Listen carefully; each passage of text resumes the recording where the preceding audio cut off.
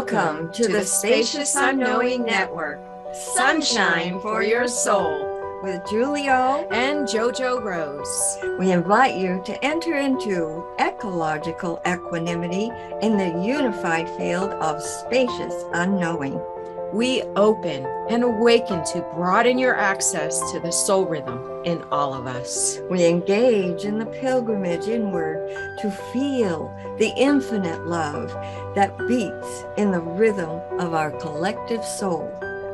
We will guide you to new horizons and infinite love during our Inquire Within segment. To accept that, you create your field. I create my field. And together, we create the unified field.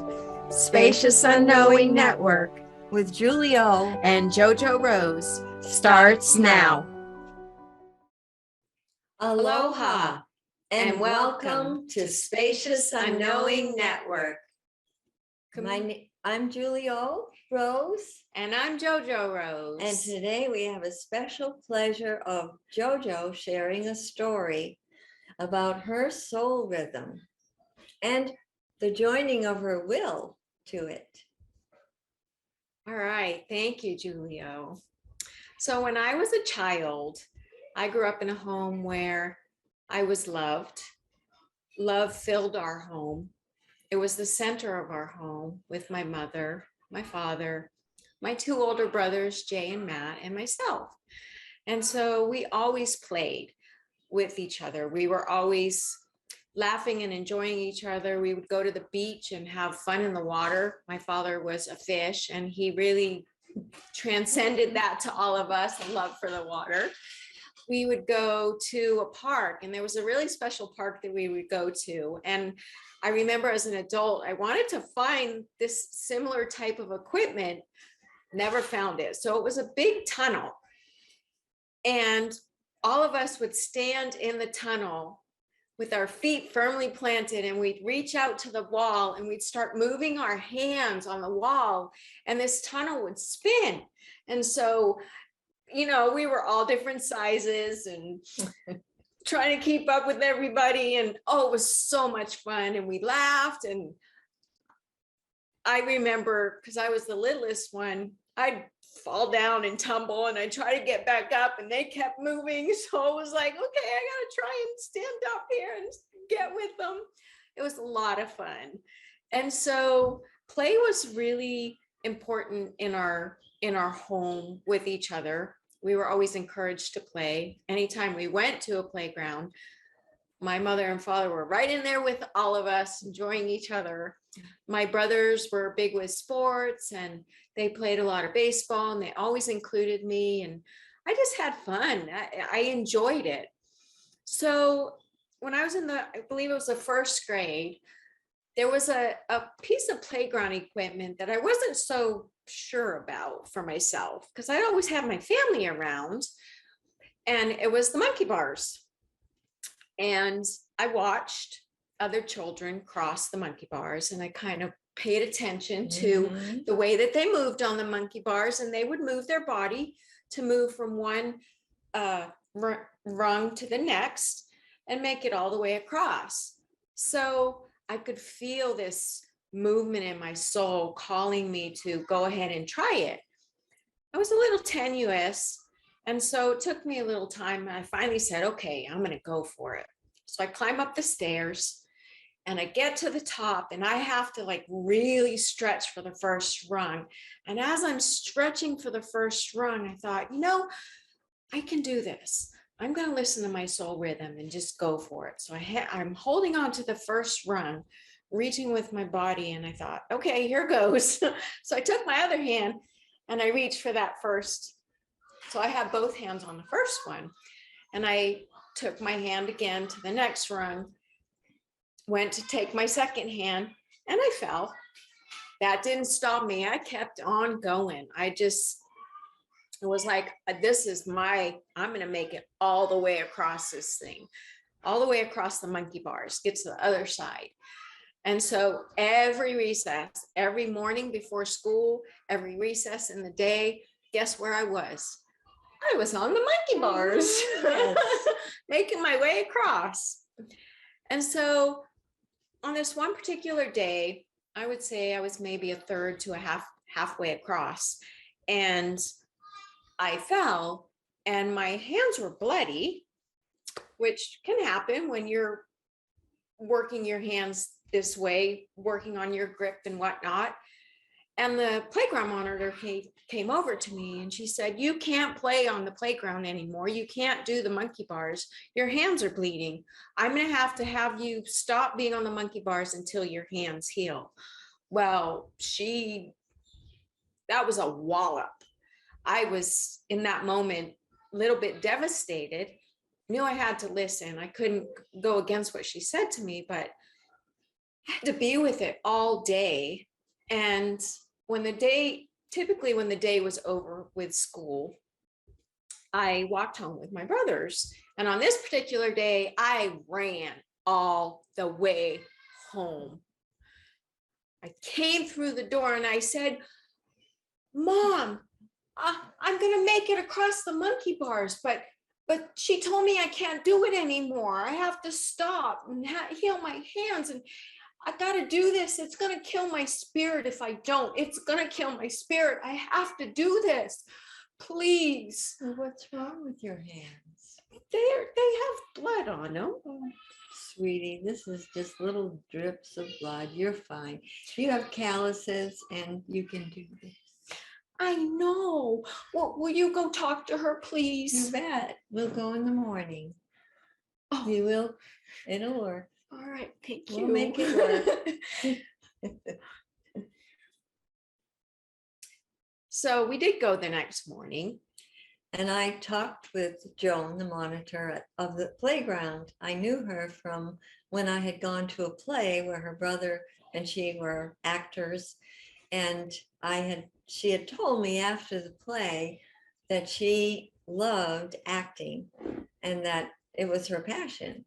So I said, I want JoJo to be able to go on the monkey bar. She's determined to make it across by the end of this week. And she said, "But her hands are bloody. I can't stand it. I can't let her do that." I said, "Well, I'm her mother and I do want her to do it. She is very totally into it. And those are just little tiny drops of blood. There's not anything to worry about. She's fine." And she said, "Oh, she was really having a struggle." And I said, "Joan, do you remember what you told me about acting? If somebody told you you couldn't act for 2 weeks, how would you feel?" And she went, "Oh, you're hitting me right where I live. Okay, I'm with you. Oh, wait a minute. You're talking about my passion. That's what this is. She's the most passionate child I've ever met. She just is in it. Okay, I'm with you. I'll let her go on the monkey bars." So JoJo was already on there while we were talking.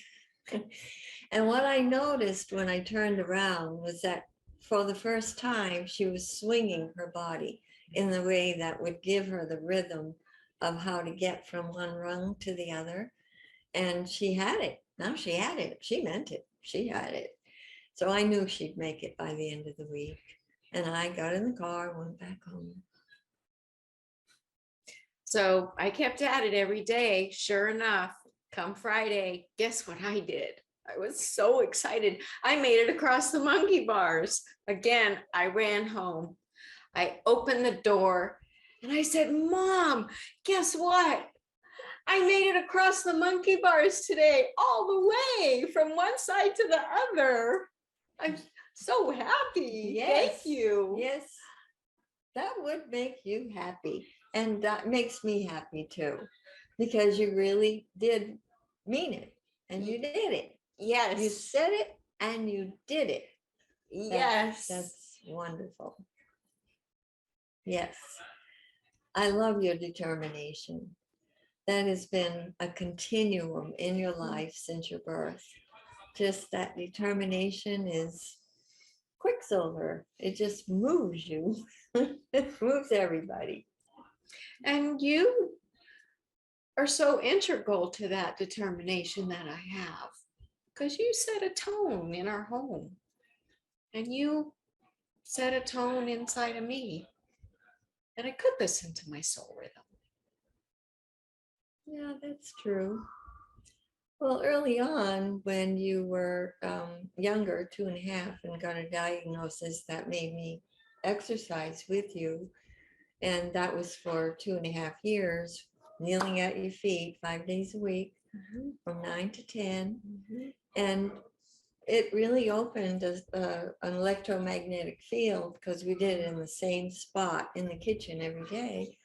And the electromagnetic field caused the whole family to be in this love that was so, wow, universal. And each of us had a place where we had community. And you, Jay, Matt, your dad, Benny, and me, we all had a community that was very enriching. And we meditated at home and had that love with each other. Yes, we did. So that was caused by us being together in that work. And for me, what I've watched with you is that really you always needed to exercise, whether it was on the monkey bars or later when you taught swimming, and really knew that the children would swim by the end of the time you were teaching them.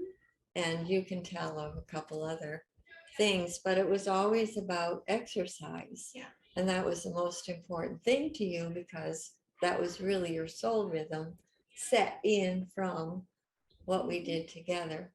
And your healing was clear and clean when you were 5 years old. So it worked.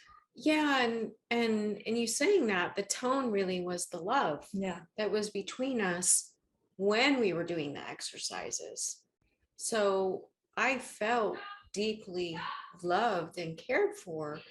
And so when I did the monkey bars, it came, I think, from not only how we were together as a family, playing at the playground, going to the beach, enjoying each other's company, but it was what you did with me, that we had that deep connection. We were really working together. And then, yes, I did teach swimming. And my thing was I wanted the children to feel safe. That was really important. And I wanted them to learn to have fun in the water and not be afraid of it, but learn the skills that would make it easy for them. I also went to elementary schools and preschools, and I wanted the children to feel the love the way I had felt it as a child. And so I saw, I would say, the stress that a lot of children today are under, the anxiety, the depression, all of the different things that we could speak on. And I wanted them to feel that love. And so I went in and I did deep breathing with them and yoga and movement and leadership. I wanted them to feel their inner being, and that no matter where they went, no matter what they were faced with, they had tools that they could use. And I'd ask them, where can you use this? And they would tell me, and it was all different types of places on the playground.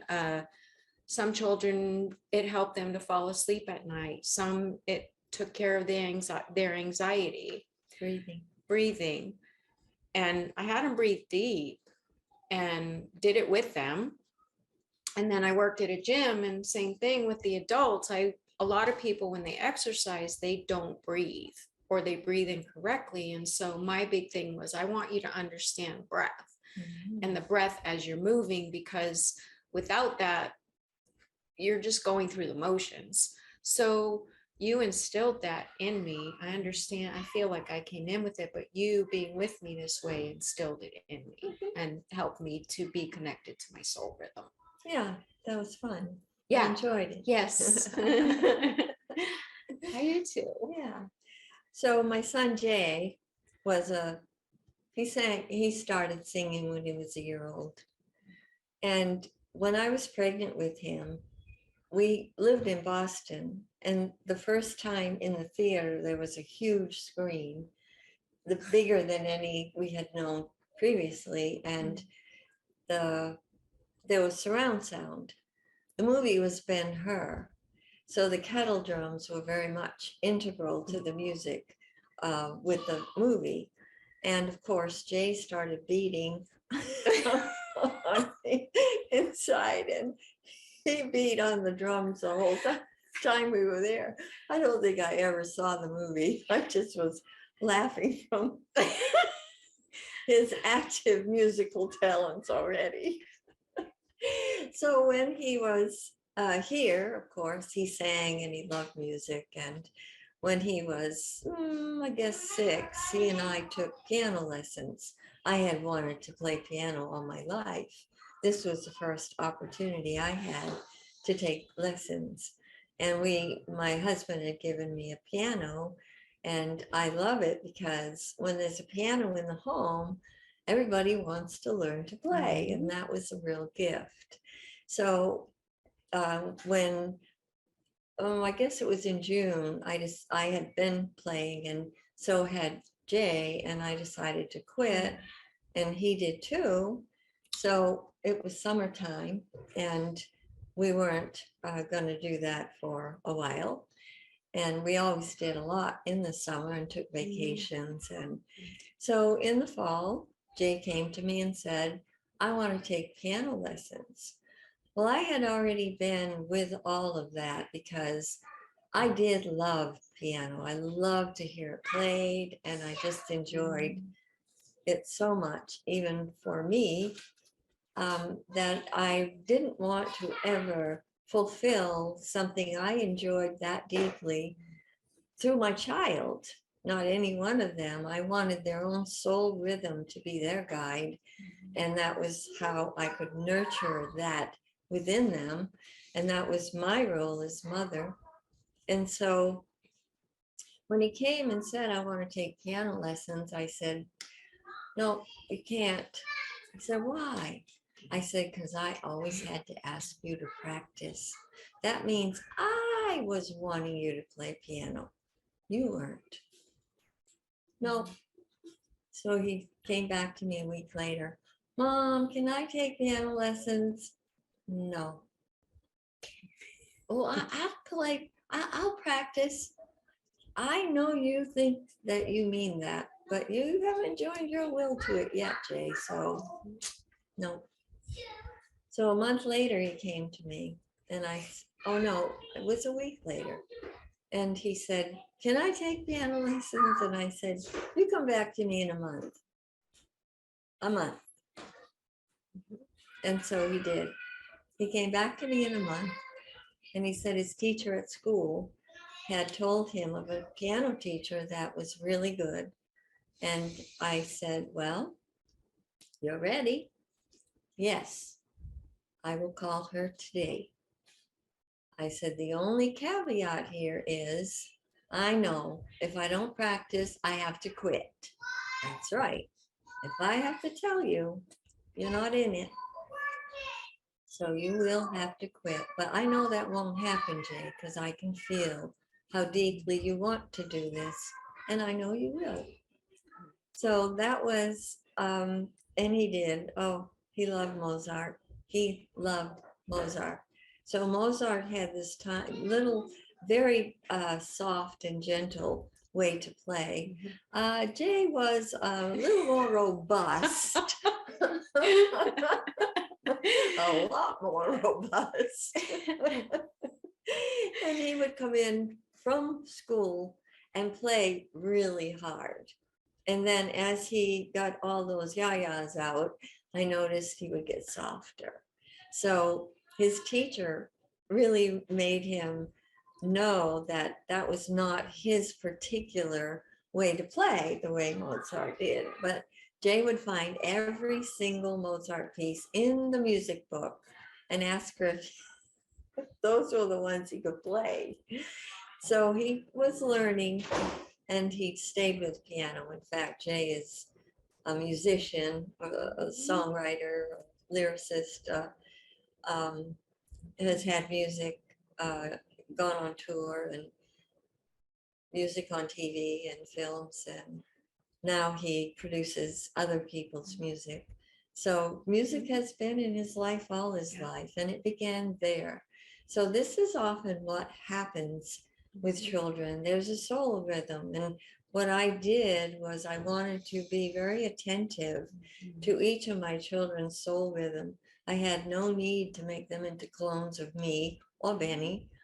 And although they loved to draw, and their dad was an artist, and he'd sit and they'd all draw together, and they were all very good.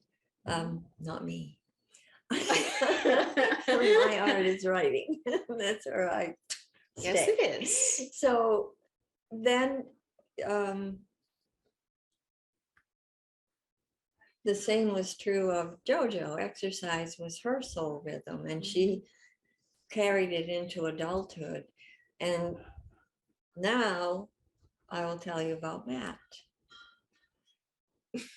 Matt loved sports. I had signed them up for baseball, the first one that they offer for baseball when they were young, and he went at it like he was going to be a pro. He just was very intense about his sports. So when he was 6, he stood up at the dining room table and announced to us that he was going to be a sportscaster for the NBA, and that he would do that for his life. And he proceeded to go into the bathroom and stand on the toilet seat, because we went to the door to find out what he was doing. Standing on the toilet seat, broadcasting into the fan in the ceiling. That was his mic. He did a whole game and then came back to the table. And that was him. That was Matt. He meant it. When he was 18, he was doing morning drive on a 3rd rated Los Angeles radio station. And then his thought, he came back to Hawaii and was on TV for sports and morning drive with Perry and Price in Hawaii. And then he went to, he decided he would be in the NBA before he was 30. And he got a job when he was 28 for the NBA. So his whole life has been sports, and he's still with the NBA at different teams through the years, but he's still there and still loving it. And so he's done TV, radio, all of it. So it's been fun to see that soul rhythm that was theirs from the get-go has remained integral in their lives, all their lives. And I know that's really a true way to understand when parents don't try to make children in their own image. Children have their own purpose for which they came here, and they have a soul rhythm that's inside of them. And to be able to listen and pay attention and notice and understand what is their interest, what is the thread that is showing up every year in their lives, and that is to be nurtured and cared for. And I found out through that happening how valuable that is. So any young mother or father or any kind of parent or caregiver that has children in their life, it's a very important understanding to have. And when they have a soul rhythm, it's easy for them to join their will to it and let it be a lifetime of really happiness for them, because it's their own heartbeat, it's their own purpose for being here. And it makes a huge difference in their lives. Yes, it does. Yeah. It really, really does. And then came Gina. Gina was Gina was born when JoJo was 6 years old, and she was very unique, I would say. I called her the frosting on the cake because having had three children very close together, and here we hadn't had a baby in the family for 6 years, I understood every cry, I understood everything about her because it was easy to do. And so I was writing a song one day and I was having trouble with the second bar. I had never written music before. This was brand new. So I was changing her diaper and she hummed the bar I was looking for to me. And I went, oh, well, maybe that's where music's coming from. Gina. So I ended up writing the whole song, and it was the beginning of me writing music. And another, she was just, well, what I have to say is the children said she had radar. And indeed she did. And she did. Yes. She definitely was attuned to something beyond, and it was beautiful to behold. And she organized in a way that I had never seen a child do in our family.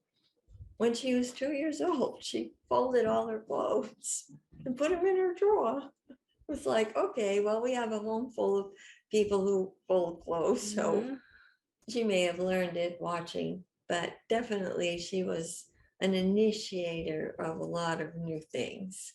And we've so enjoyed her. We enjoyed her when I was pregnant with her, and we enjoyed her even more when she came.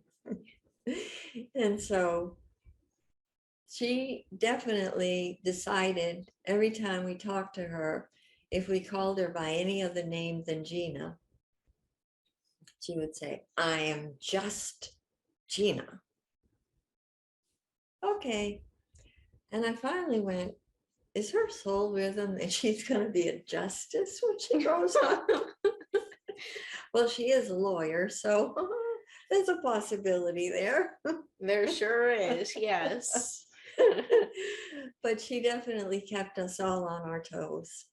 She was a joy, and the children enjoyed her, and she enjoyed them. And it was easy. It was just really easy to be with each other. And that was the greatest gift of all. It sure was, in our home and outside of our home. Yeah. It just was so natural. Yeah. So right now we are ready for a break. So we will see you on the other side of the break and continue in this communication with setting the tone, soul rhythm, and community. See you in a moment.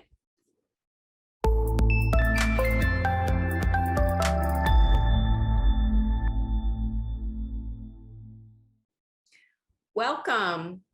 If you are just tuning in, you're listening to Spacious Unknowing Network, Communing with Your Soul. I'm JoJo Rose, here with JoJo Rose. And we're going to continue our communication in regards to setting the tone, soul rhythm, and community. So what I see, JoJo, is that we have a lot of community that was important to all of us. And school, where you and your brothers went, was a very important place for all of us.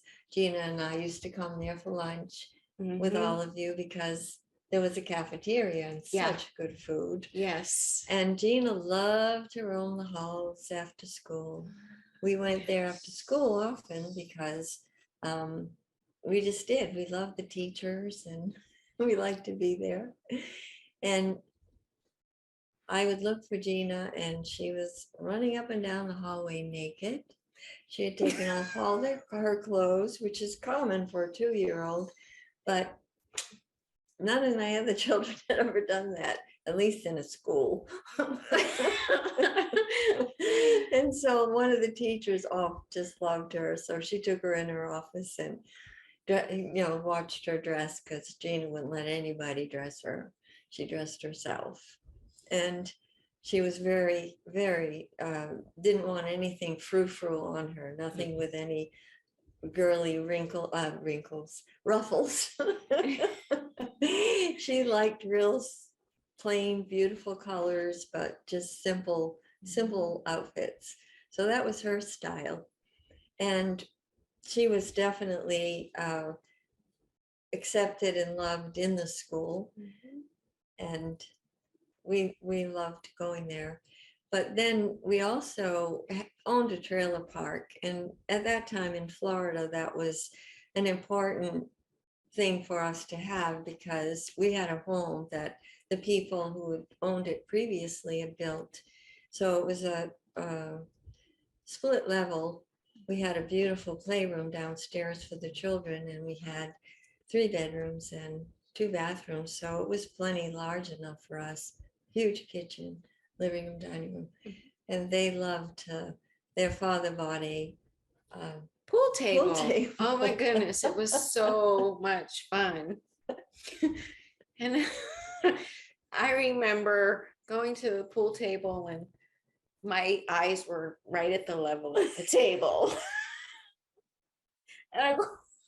And the stick was really big, but I had a grand time. I loved it. We all, it's one of those things again where we just enjoyed each other's company.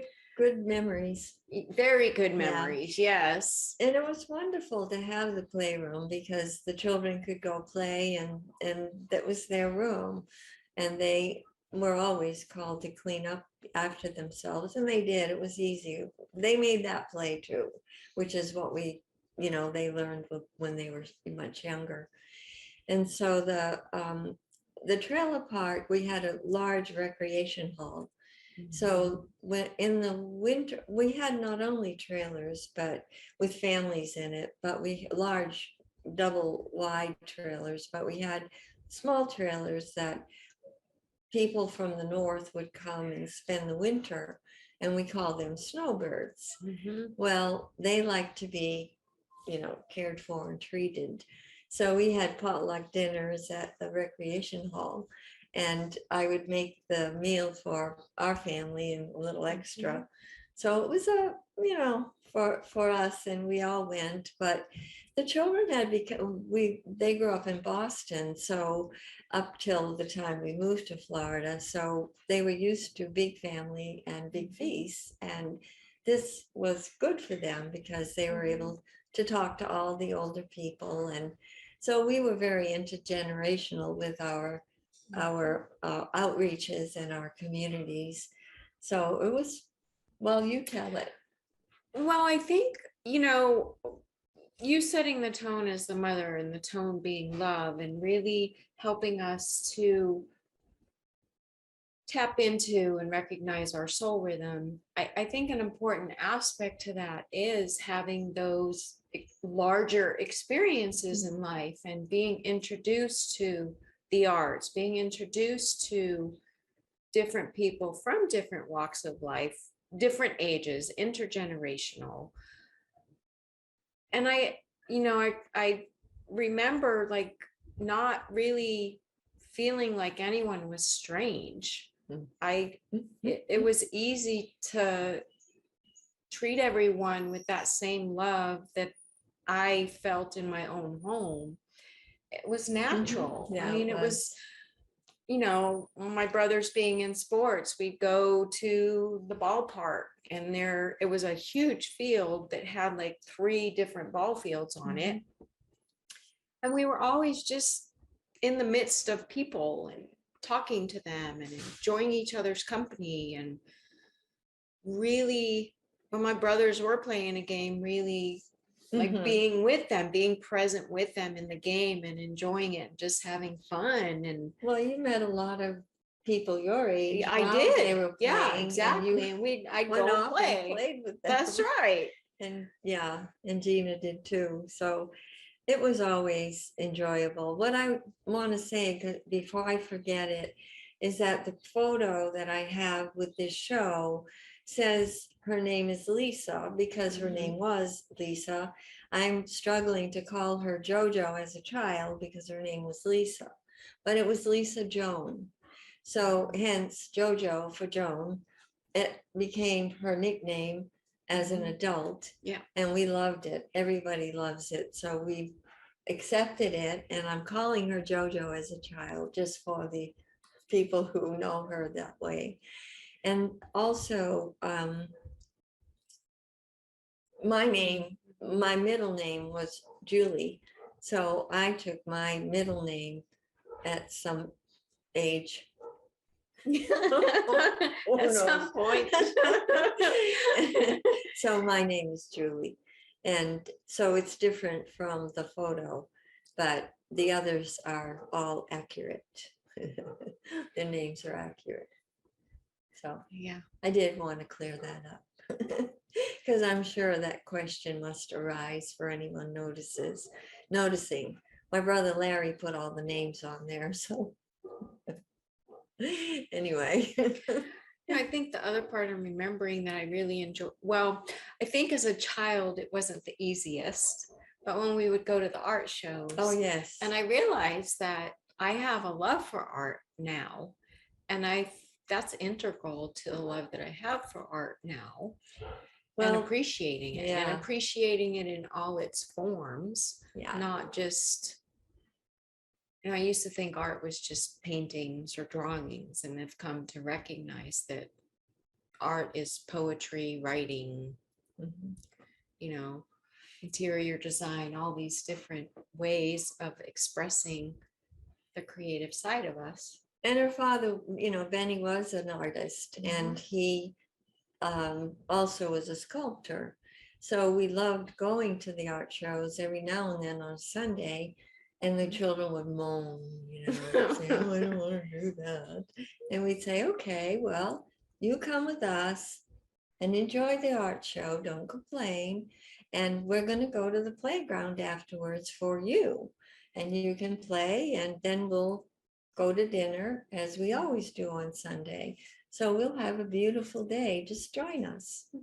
We'll join you. That's how it works. That's what love is. We don't always want to do what everyone else wants to do. But when we're given our time, we have to let others have their time as well. And they were very on it with us. So yes, they all love the arts because of that. Yes. But we didn't do that every Sunday. It was just when the art shows were in the Atlantic, and they were all over the sidewalks, and it was just wonderful. And of course, we had a lot of friends, so we'd meet up with them, and it was a great community no matter where we went, because of the space program, which is where we lived. My husband worked for many different companies that were connected with the space shots, which we watched from our front yard every time they went up. It was joyful and wonderful. And and so we had so many things, but all the people that lived in that area with us came away from their families in their state where they came from. So we, in a lot of ways, made friends and family over each other. And it was such a wonderful time to be there. And some money had been poured into the schools. So the schools had more, better teachers. And it was all really well. And having the trailer park, we had cottages, and some of the people would come stay there because there was a shortage of housing because of the influx of people that worked at the Space Center at one time called Cape Canaveral, then Cape Kennedy. So I think it's back to Cape Canaveral. I'm not sure. But it was good time wherever we went. And the children did love, they didn't like the music concert we took them to on Sunday afternoon. they wanted that Jay and Matt and JoJo kept saying, "Can we go now? Can we go now?" And Jay was enthralled. He was in heaven. And so from that experience, I got tickets for the concert series, and Jay and I went to those, except for the ballet one. JoJo came with me for that one and loved it. Yes. But yeah. Yeah, I remember that.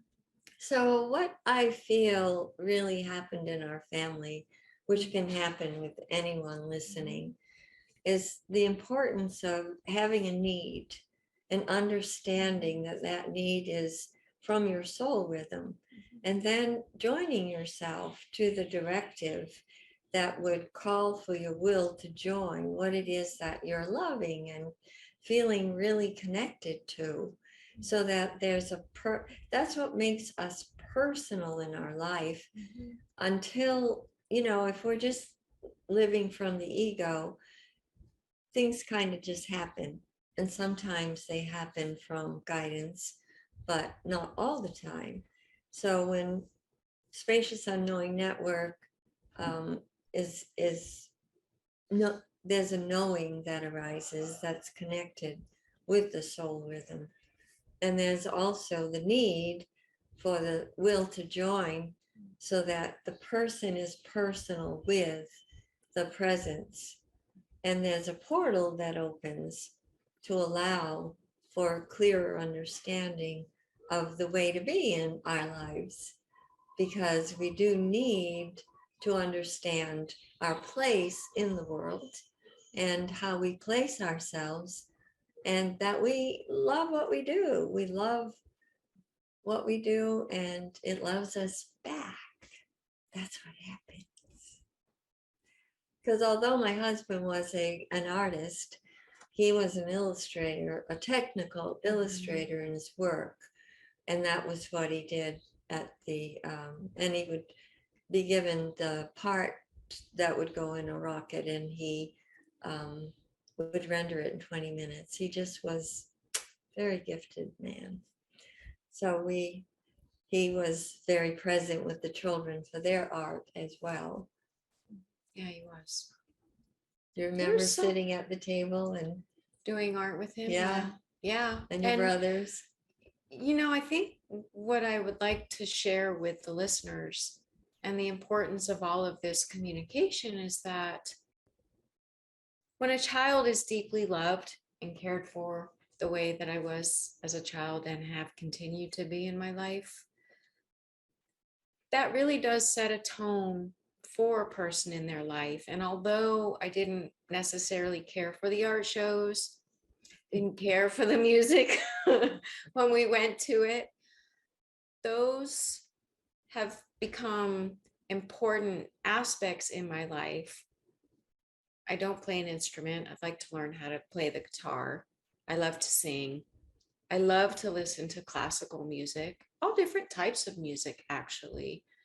And it really helps a child to expand and grow who they are, that can become incorporated in their soul rhythm. And so it is such a gift for any parents out there, any person. Yeah, for you yourself. Yeah. As well as Exactly. children, as well as youth, teens. It's a very important way to live. It is. And even if you just have one person in your life that really has shown you care and noticed your gifts or talents and nurtured them, could be a teacher, could be a guardian of some kind. It really does. I've heard from so many people them remembering a teacher who changed their lives because they did nurture what they saw in that person. And they were the only ones who ever saw it. And it was important to the child because they had been criticized up till then. And they were paying far more attention to that criticism than to their own talent. And one teacher could make a difference in their lives. And that happens, oh, so often. And it's so valuable because we all need that. We all need encouragement.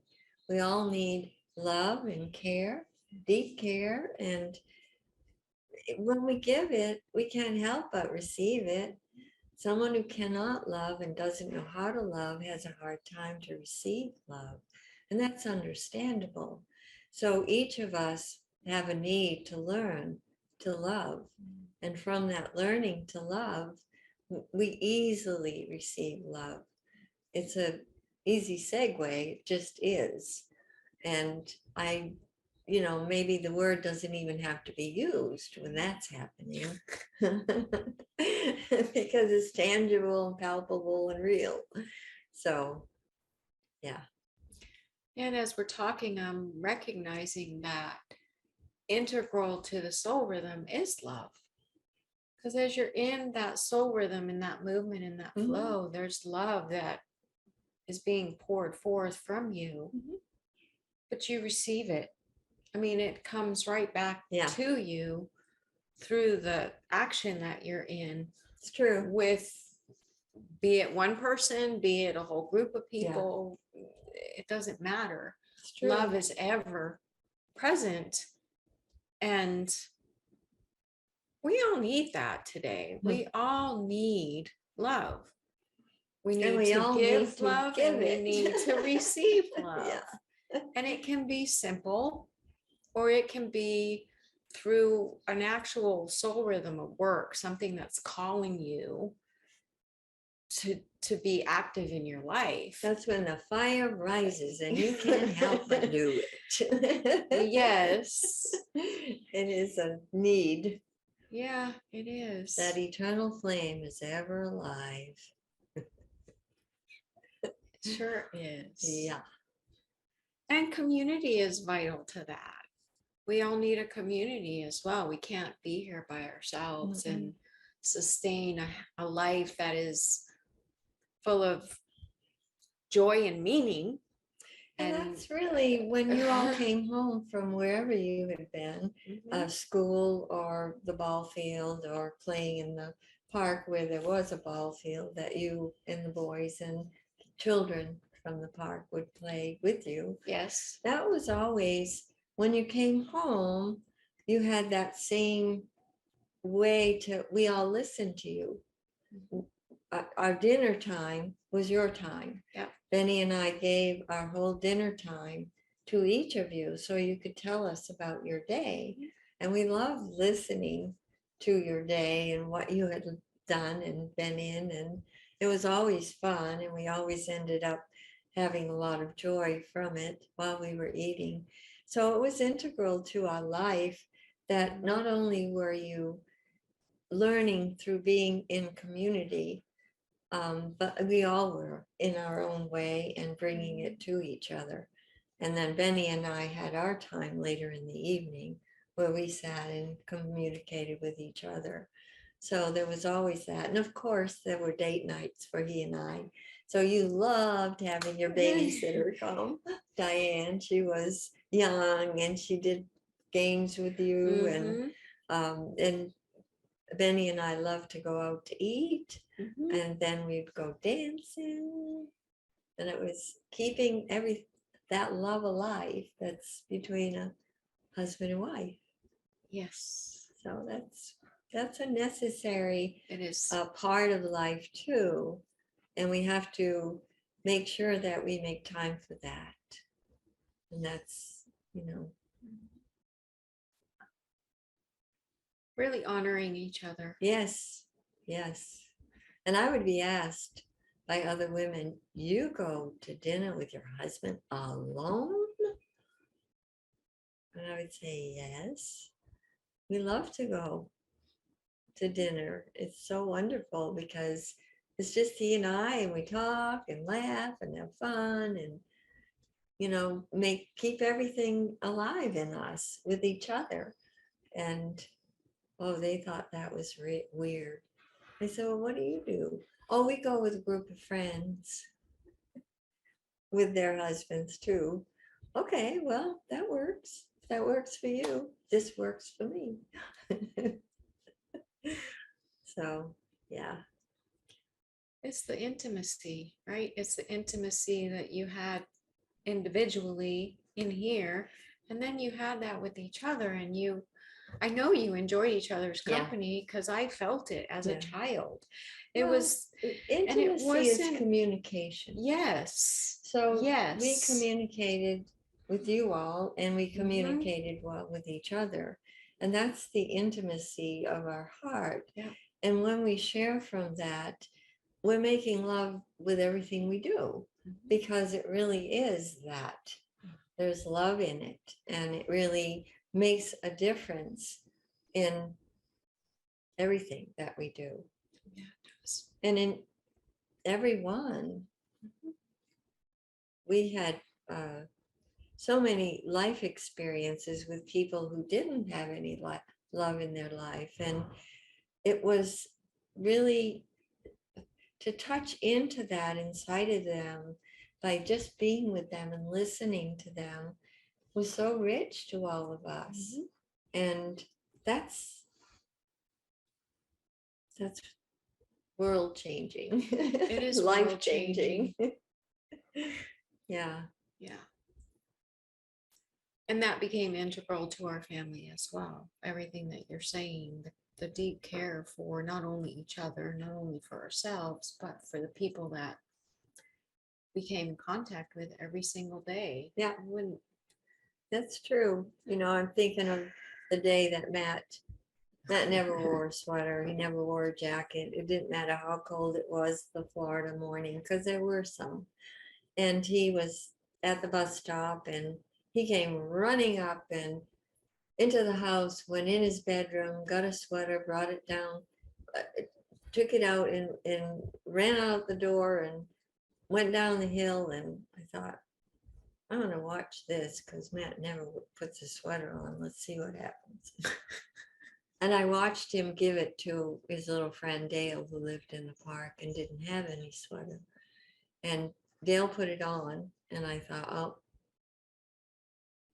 you never know if your children learn things like that until you see it. And then you go, oh, thank you. It really works. And that afternoon when he came home, he said, Mom, can I give my sweater to Dale? I said, oh, yeah, sure. He said, good, because I already did. Of course. Yeah. And it's small, but it really does show that the love does move in the direction of care for other people. And that was important. It is important. Yeah. Guess what? It's time to. No. Yeah, I know. I feel like we just started. Yeah, really. Here we are. So we would like to invite you listeners to please come to our website, spaciousunknowing.com. Check the complete website over, sign in to receive Spacious Unknowing meditations, but also go to our contact page. We would love to hear from you. Leave us a message, maybe something that has touched you from this show, or you have an inquiry from something that has been said today. Yeah. We really would love to hear from you, and we will respond to you. Yes, we will. On that note, thank you so much for being here with us. We look forward to seeing you next Monday at 7 p.m. Pacific time, 4 p.m. Hawaii time, and 10 p.m. Eastern time. And until then, aloha. Thank you for listening to Spacious Unknowing Network, Sunshine for Your Soul, with Julie O. and JoJo Rose. Join us again for life-affirming communication every Monday at 7 p.m. Pacific time on transformationtalkradio.com, so that you can bask in the rays of infinite love. Access soul rhythm to tap into your real being, for your heartbeat in the rhythm of your soul. Feel it guide you to new horizons and unlimited infinite love. For more information about Julio and JoJo Rose, visit SpaciousUnknowingNetwork.com. That's SpaciousUnknowingNetwork.com.